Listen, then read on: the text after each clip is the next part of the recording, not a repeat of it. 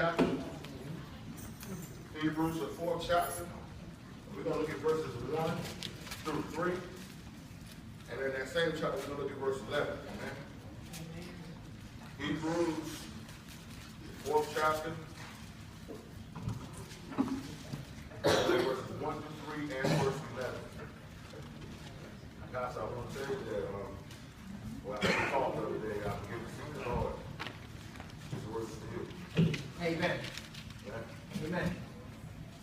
Hebrews 4, verses 1 through 3, and also verse 11. And we have to ask you to stand.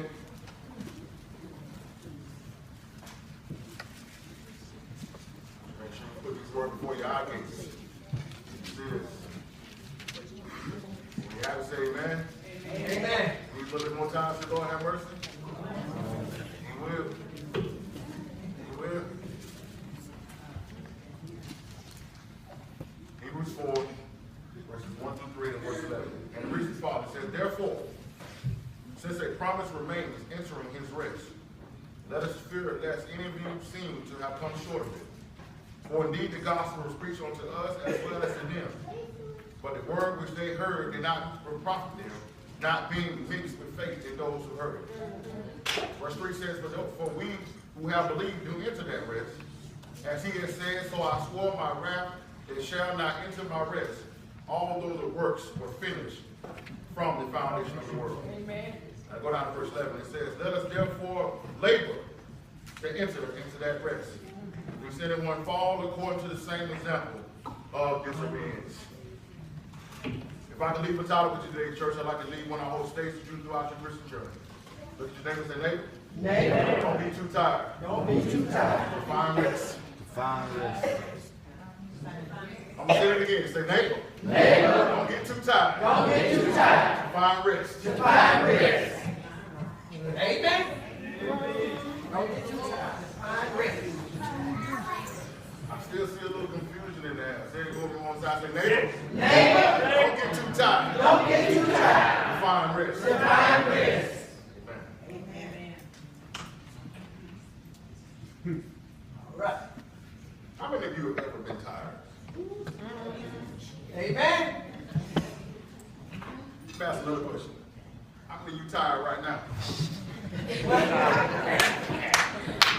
Come on, bring it up. Fix it up.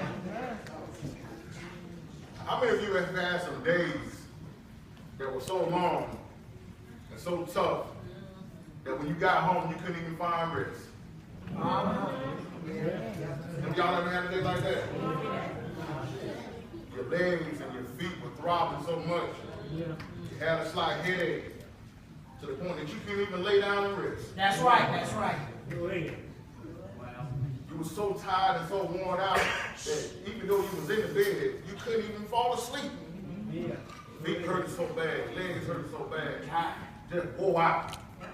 That's a sad feeling to be so wore out that you can't even find rest. I remember when I first graduated high school, and me and my homeboys said we were going to do the smart thing and get ready to go to college, we're going to get us a job. You know what I'm saying? I was already working at Burger King, and I said, well, Burger King ain't doing it, I need some real money, so let me go down here to Fruit Loom and load trucks. And we went to the unemployment office, and they told us and said, yeah, man, they hired on the spot. You go down there and pass the drug test, they hire you on the spot. So we went out there and passed the drug test, boom. We told us, be back at work tomorrow at 7. So what are our hours? 7 to 3. I went in at 7. I got off at 8:30 at night. Dude told me, he said, now we need you back at 5. I knew that day that college was my goal. I knew that day that college, I had to go to college. And what makes it so bad, us young boys in there, we just go out, and the old man looking at them like, look, young boys, man, it can't even work. I like, look, man, come on, man. He told me I was getting off at 3. And he told me to go to break at 3. That messed my head up. I'm thinking I'm getting ready to get off. He tells me to take a 15-minute break. I said, 15-minute break? I'm finna go home. He said, no, we got more trucks to do. It was 8:30 before we got out of there. And he told me to be back at 5. I know then, Fayetteville State was my home.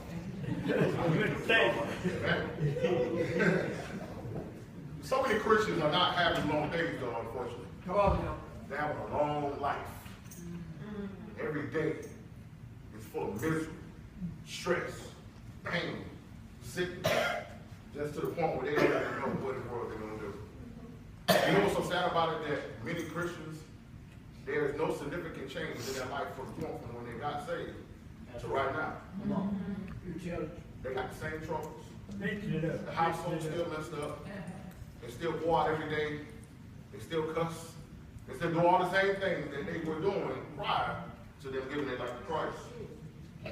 And what it has done is, because they have seen no change, they have not seen the blessing of God come upon their life, what it has done is it led to frustration. It's led to stress. And now some of them even have thrown in the towel. Many people are saying this church thing don't work. But I want to tell you that this church thing don't work. That's right. The only thing that works is the kingdom. That's right. All right.